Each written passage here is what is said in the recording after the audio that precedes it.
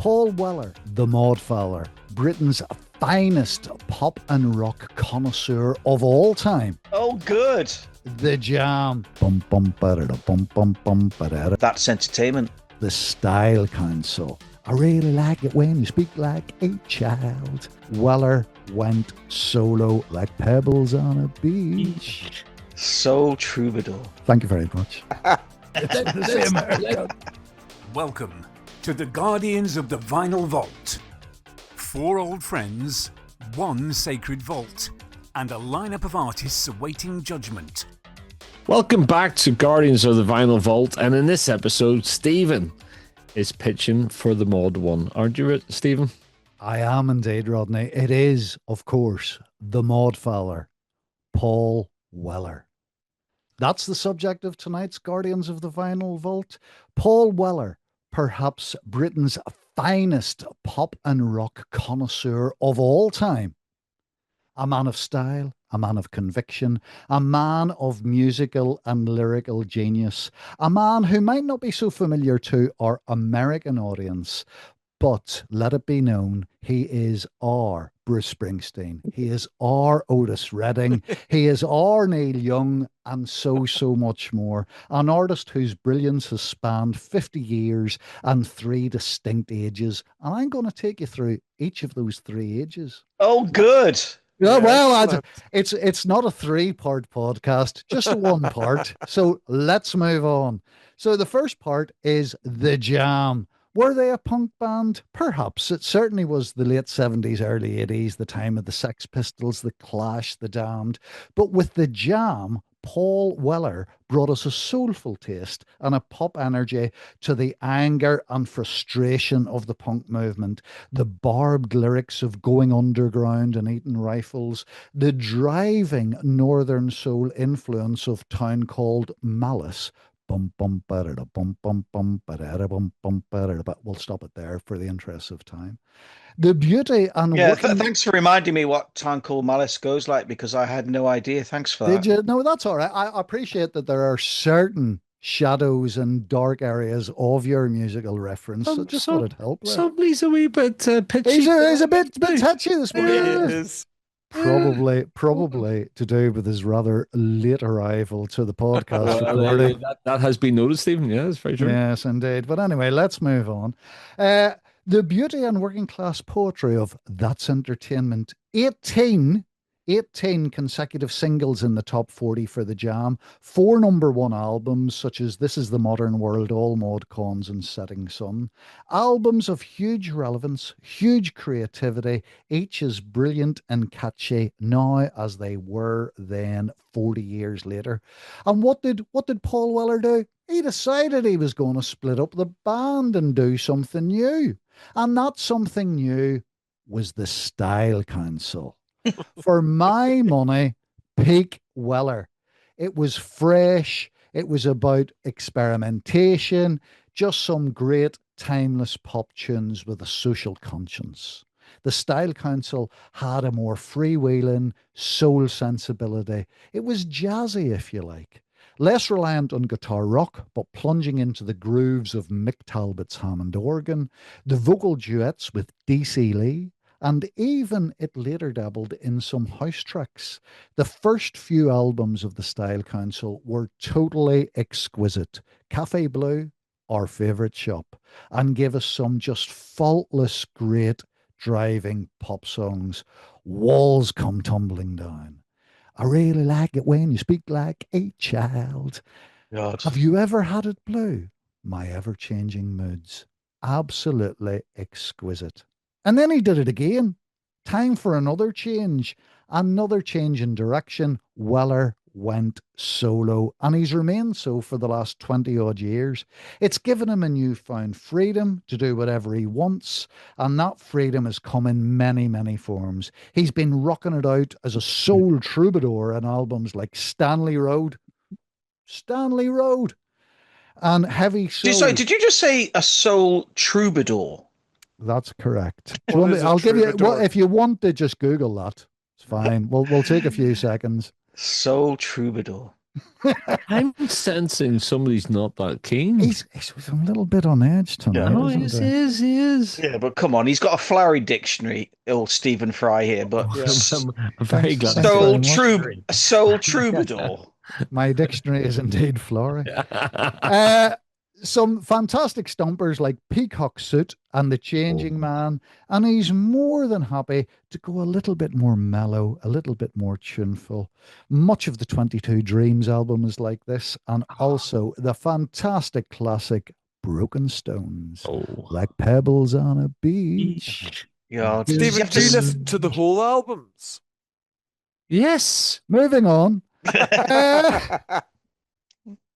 And along the way, Gareth, he wasn't too keen to sing any of these songs in karaoke, was he? No, he wasn't. Give him a podcast and he's singing every single song Paul Weller's done. He's loving it. well, thank you very much. And along the way, Paul Weller became an icon of a new generation, a younger generation, beloved of many, such as Noel Gallagher, Bobby Gillespie of Primal Scream, Amy Winehouse. He amassed a reputation as a style counsel. There you go. There's a Freudian slip for you. I became a style icon. Big up the Fred Perry. He stuck to and was unabashed by his socialist principles. He was happy to lend support to causes and individuals he felt that were hard done by. And he kept his influences along the way, the Small Faces, the Beatles, Tamla Motown, Stax, the Kinks. He embraced the modernist aesthetic and he became the Modfather. I'll always be a mod. You can bury me as a mod, he once declared. Well, Paul, I hope it's not for many, many more years yet. You great, gorgeous man. See, whenever he called himself the Modfather, which I understand, what I'm really? not sure he called himself. No, the I don't mod. think No. he did. I think But other people did. what was the definition of a mod? You know, like we know heavy metal, we can rhyme off the bands. We ska, we can rhyme off the bands. What other bands, bar the Jam, could we rhyme off that was mod Well, influence? of course, Kinks. the Jam were more mod revival, late 70s, early 80s. I think when you think of mod, really the first mod bands were things like the Small Faces, Okay. the Kinks, Kinks. several Yeah. other bands of the 60s, bands that were almost exclusively British, almost exclusively So- white, but took their inspiration more from that soul music, that Yes. that Motown music, and give it a guitar edge. Yeah. Yeah, I think Right. that's a good definition, giving soul music a guitar edge. Because whenever you look at the Jam, you can understand their sound. Style Council was definitely more poppy. Oh, wasn't it? yes. Yes. Yeah. Yes. And was Blue that eyed, him? to coin one of Stephen's favorite phrases, blue-eyed soul. Mm. And wasn't DC Lee? He married DC Lee. She was He she was did. the Yeah, Wham backing backing singer. singer. Yeah. Yeah. She was. I did Style Council, wasn't it? Yeah. Can I just say, Gareth and Rodney, I suspected this might happen tonight, and that is he's trying to get Paul Weller, obviously, he hasn't said yet, but I presume he's hoping to get him into the Platinum Lounge of the Vinyl Vault. And do you notice he's gone for the obvious three-pronged attack? He probably doesn't feel safe just putting him in as Paul Weller, the solo artist. He's thinking, I'm going to package this as the Jam, the Style Council, and then the solo career. Now, we've obviously had other artists where we've mentioned maybe a little bit of the previous connotation, but he's really trying to really ram it home there with the three, isn't he? Should we be looking at that in a different way, or was anybody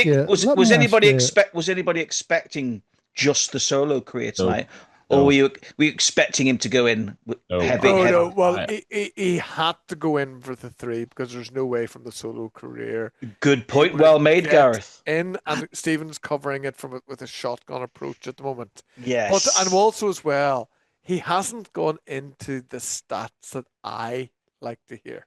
I noticed I noticed, Gareth, I bet you picked up on this, that you might not know him in America. Yeah, exactly. Oops. And we found that with the views of our other artists, whatever, the American influence, to i.e., which means the worldwide influence, gets you more likely to get into the Platinum Vault and more views on our YouTube. Can I ask you though?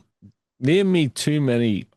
Name me some other artists who have managed to go through the decades as he has done and change and adapt and still be relevant and still make great music all the way through 70s, 80s, 90s, noughties, and even today.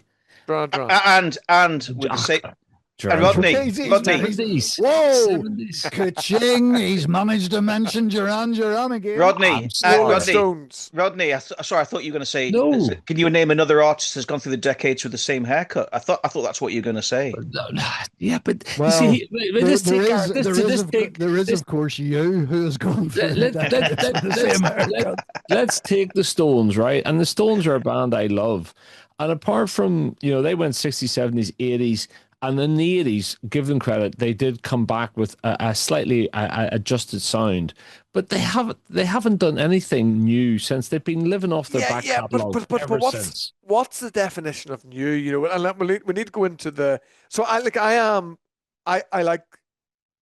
more like the Style Council would be my number one, and I do like the influence, the 5 decades, and the songs that are played on the radio regularly that you immediately go boom, it clicks in, and I do like that type of stuff, and his credibility and his influence all there on the positives of this. But I have to go back to he was big in the UK. He wasn't a global superstar. And I would certainly concede that, Gareth. Yeah. I would absolutely concede that. He wasn't selling stadiums. He wasn't big in America. And why? And why? Do you know what, Gareth? Though, do you know what? I don't think he tried. Yeah, that's a good point, Richard. That's a very good point. I don't think he actually wanted that. No. But therefore, then we've got to think of the Platinum Vault as having the global influence that if someone dug up the Platinum Vault, would in anywhere in the world, would they listen to why did he not listen to you're quite welcome to take that attitude, and it's not a wrong position to take that they must be global, but I do not. No, I do not at all. You notice he starts, you're quite welcome. Stephen's never welcoming. Can I just point out, Stephen, I must be clear at this point that I became aware of the jam at school that we all went to because there was a couple of really cool guys in a couple of years, Paul Priestley and all this, who were wearing these big green parkas and the badges and the haircut, and I just thought, wow. And I have to say, we've covered the jam in a previous episode of the longer format where we picked albums, and I have to say, I really loved the big hits of the jam. Town Called Malice, absolutely amazing. Going Underground, love all that stuff. That's entertainment. And I agree with Gareth as well. I loved the Style Council because you know what? He had a smile on his face. Yeah. He had a smile on his face. He was having fun. The videos, I've watched a few of the videos today. They're almost kind of like slightly homoerotic, some of them. He's got his shirt off. He's a bit like almost like a Wham video. He was having fun. He's cycling with your man who plays on the keyboards. He's lying by the river with his top off. Yeah. Paul Weller looked like he had a bit of a laugh. My only problem, and I've written down some of the songs, by the way, I love. Long Hot Summer, You're the Best Thing, My Ever Changing Moods. I love those songs, the Style Council. I love the arrangements. Yeah. I love the perkiness of those songs. My slight issue is when we go into the solo career. Listen, I like Wildwood. The guitar work, I was listening to that today, by the way. Rodney, the guitar work on Wildwood, the acoustic guitar, fantastic. Changing Man and You Do Something to Me. His voice in You Do Something to Me. Yeah. However, I got a bit bored of it after a while, his solo career. To me, he came a bit Victor Meldrew to me, a bit kind Trying of, too hard I to don't know, be. yeah, just a bit too samey, Yeah. and but I liked some of those solo stuff. So I'm not coming down on Paul Weller at all. My only debate tonight, by the way, and I'm going to be open about it, is we're talking about platinum. As far as I'm concerned, platinum or club lounge. Yeah. But he's had three cracks of the whip there. He's had the jam, he's had the style cancel, and he's had the solo career. Well, is it my And that's my opportunity? point. And I'll leave it at that. I'll give Rodney a bit of a Yeah, chance to. Rodney, your turn before I have an Ride opportunity for ripshod through retort. those two. The thing I like about Paul Weller is his adaptability, right? He has managed to move with the times and still produce something that musically is really, really rich. And he's taken risks all the time, there was a Has he though? massive. Has he taken risks? What, Oh, what way come what do on. you say Just, risks? well, going from the Jam to the Style Council, that Yeah. change He was did massive. break up two massive bands. Yeah, and then he does it again with his Yeah. solo work, and and leaves a band that could easily have continued, goes into his solo work and continues to Yeah. produce great stuff. So I see your point. I see your point there. He's taken. I just don't think he took risks in his solo career. But then, I actually believe whenever this goes online, there's a Paul Weller spectrum. You're either way along that spectrum, or you're a bit.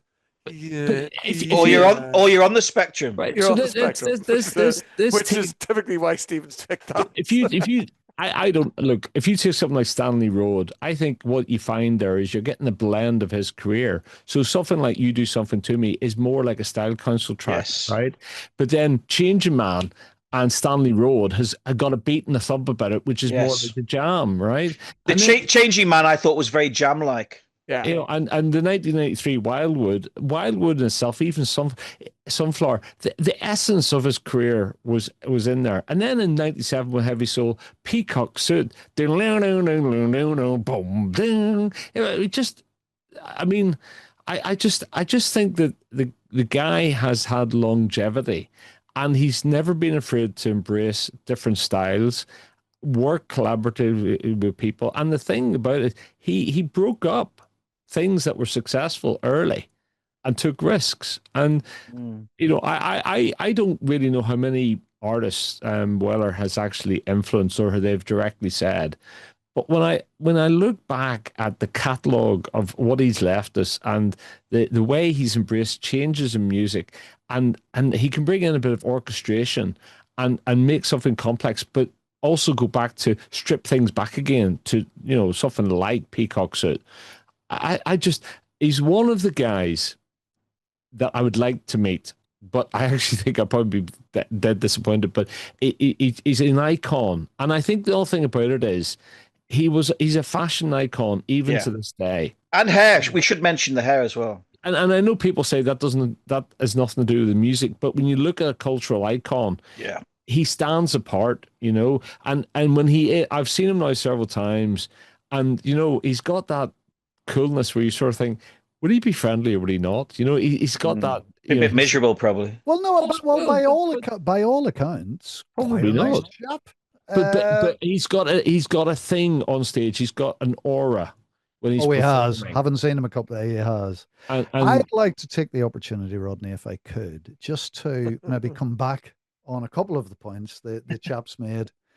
I seem to get a little bit of a criticism for lumping together the three lives of Weller, the Jam, the Style Council, and a solo career. But I give you George Michael. He had at least two lives with the Wham.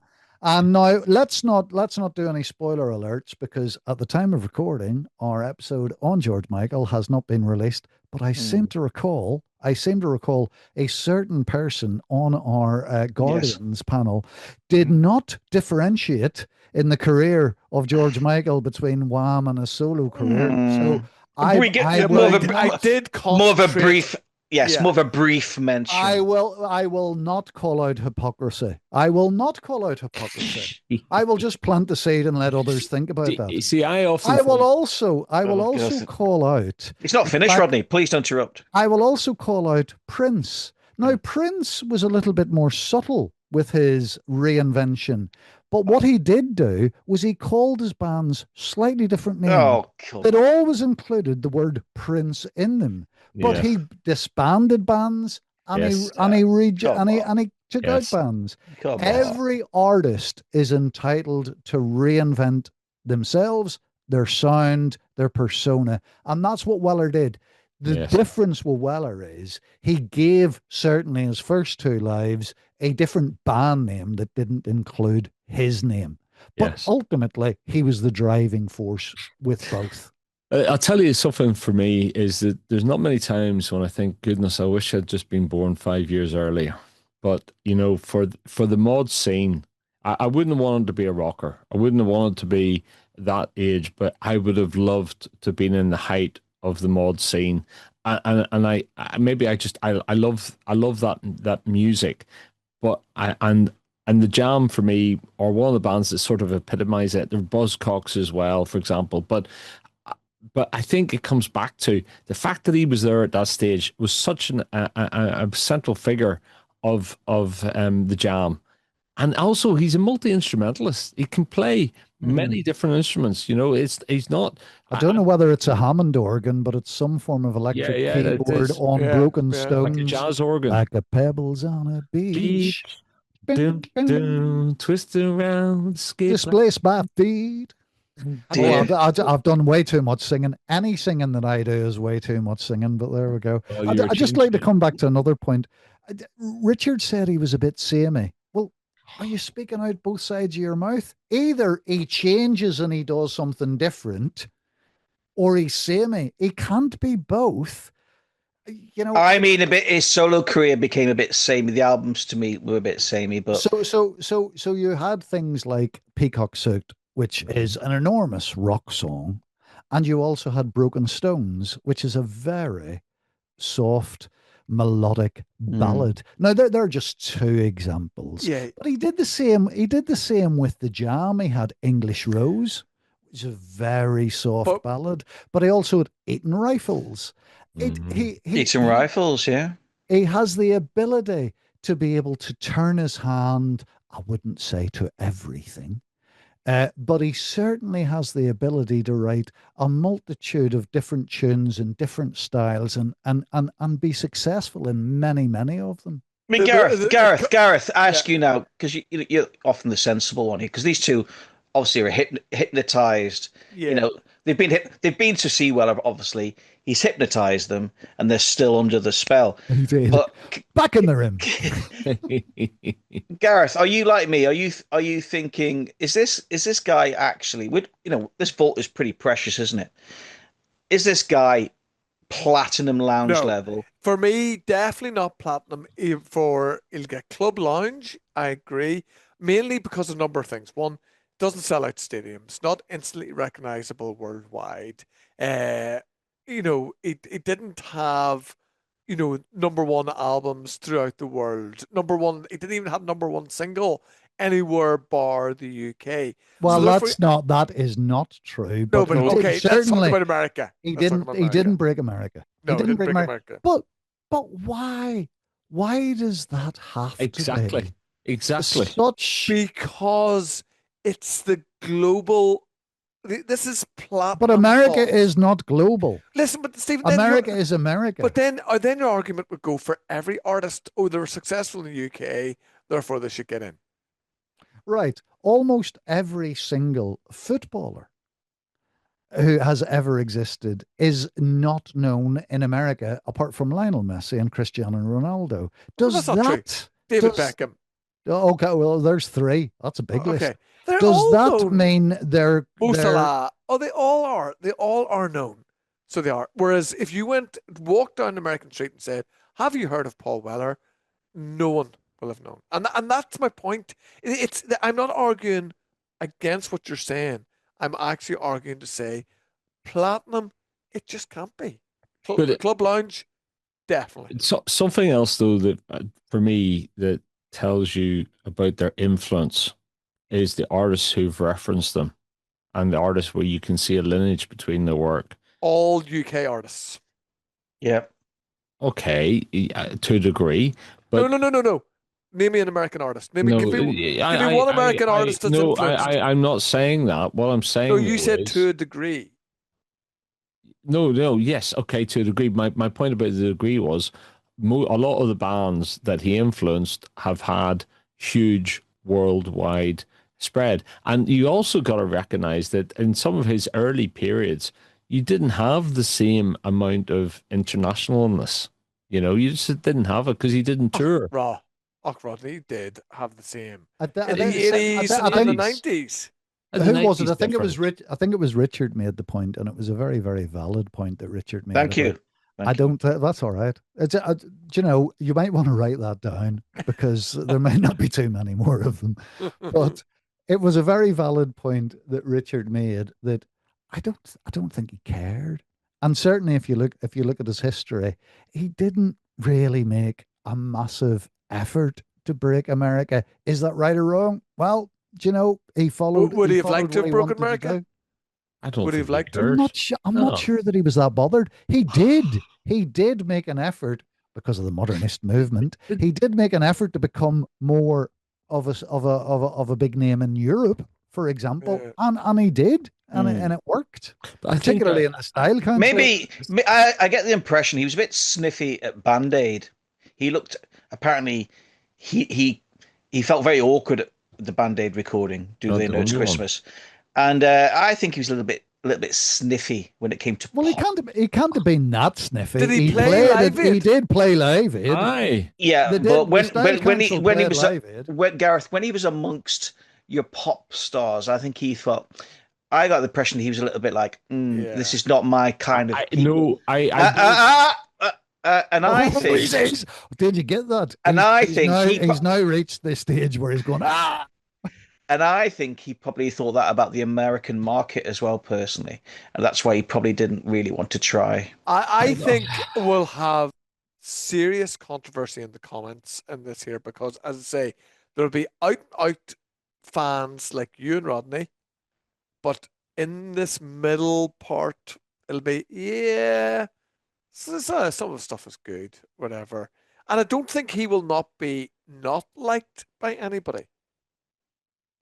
But Yeah. for me, Club Lounge for me. We're voting then. We're Yeah. voting then. Come on, Gareth. To Club Lounge. briefly summarize Club Lounge Yeah, choice. Club Lounge because he had lots of influence, lots of UK influence, and was a top UK star, but he had no global influence. He didn't sell out stadiums. He didn't sell many records. And he never exampled the glorious nature of selling out a stadium in Tennessee. Yeah. Essentially, is what you're That's saying. it, Stephen. It's numbers. It's numbers. Rodney. But it is numbers. Rodney. It's influence. Rodney, I know you're a little bit Influence. Yeah, right. right. Yes. I know you're angry, Rodney, but I'm not. Richard. I'm not disappointed. angry. You're I'm disappointed. just disappointed. I tell you what. On tonight, on this episode, there's nobody as angry as you. Me, Rodney. I think I've Man. given a very balanced view, actually, Oh, Stephen. have you? Rodney, I would agree. He has given a very Rodney, unbalanced. tell us what you feel then. Let's counter this. I just, for me, it's about influence and it's about longevity and it's about his ability to go with the times. And through those times, he's kept an individualism and he's not gone just dead commercial.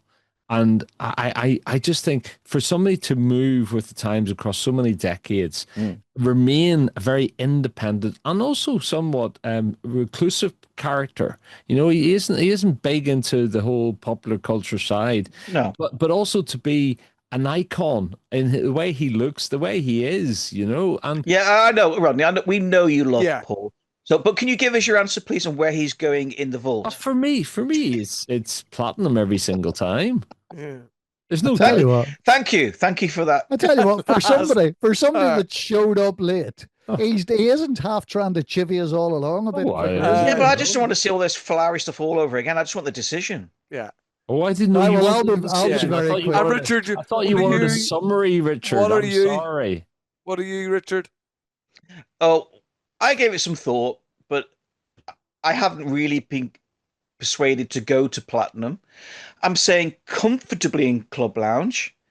And then on special occasions, the people in platinum might say, Paul, come in for a celebration, come in for a drink. He's doing his bouncer thing again, isn't he? Hello, Come in. Paul. Just No, wait there a minute, Paul. Let me come in. just check how you Stephen, dressed. Stephen, What's Stephen. the hair looking What, like? what do you think Paul would say? 1, 2, I think he would say, you know. You say, You can please, go and stuff no, your platinum up your windpipe of Right, your let him finish. Vespa. Let him finish.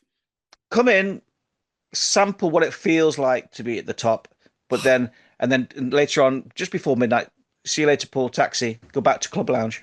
Yeah, and he'd look down his nose at you, wouldn't he? When you He invite him would. in. He'd have to creak his neck to He'd get say, the right put down, wouldn't he? I didn't want to, he'd say, I didn't want to stay anyway. Yeah. Yeah, of course he And would. Stephen, He's- you're Well, platinum I think then. it's obvious where I'm going here. I just think he's an exceptional artist. I don't care whether he's big in America or not. Uh, for me, my opinions are all about what it feels to me, how the music and the artist and his life's work impacts me. And there's very, very few are going to beat the Modfather. But this is not a dictatorship, as we've said before. This is a democracy. We have a split vote, Yeah. which is interesting because, as we know from other episodes, that we do elicit quite some opinion in the comment Ooh. section. Some very strong opinions, and that's fantastic. That's exactly what we want. So I would encourage people to like, subscribe, and comment. Gee, I'm just like a real YouTuber there, the way I said that. You were. But we have 2 for Platinum and 2 for Club Lounge.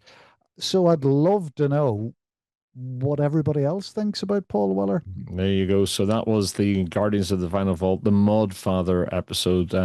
For some of you, please see sense, vote And for Paul. I think most people who have listened to this will say, well, that's entertainment. Very good. He's done well there. Just Oh, he's Clever. he knew that about Clever. 25 minutes ago. better Just late saying. than never, Stephen. That's what I would say. Take care. Bye bye.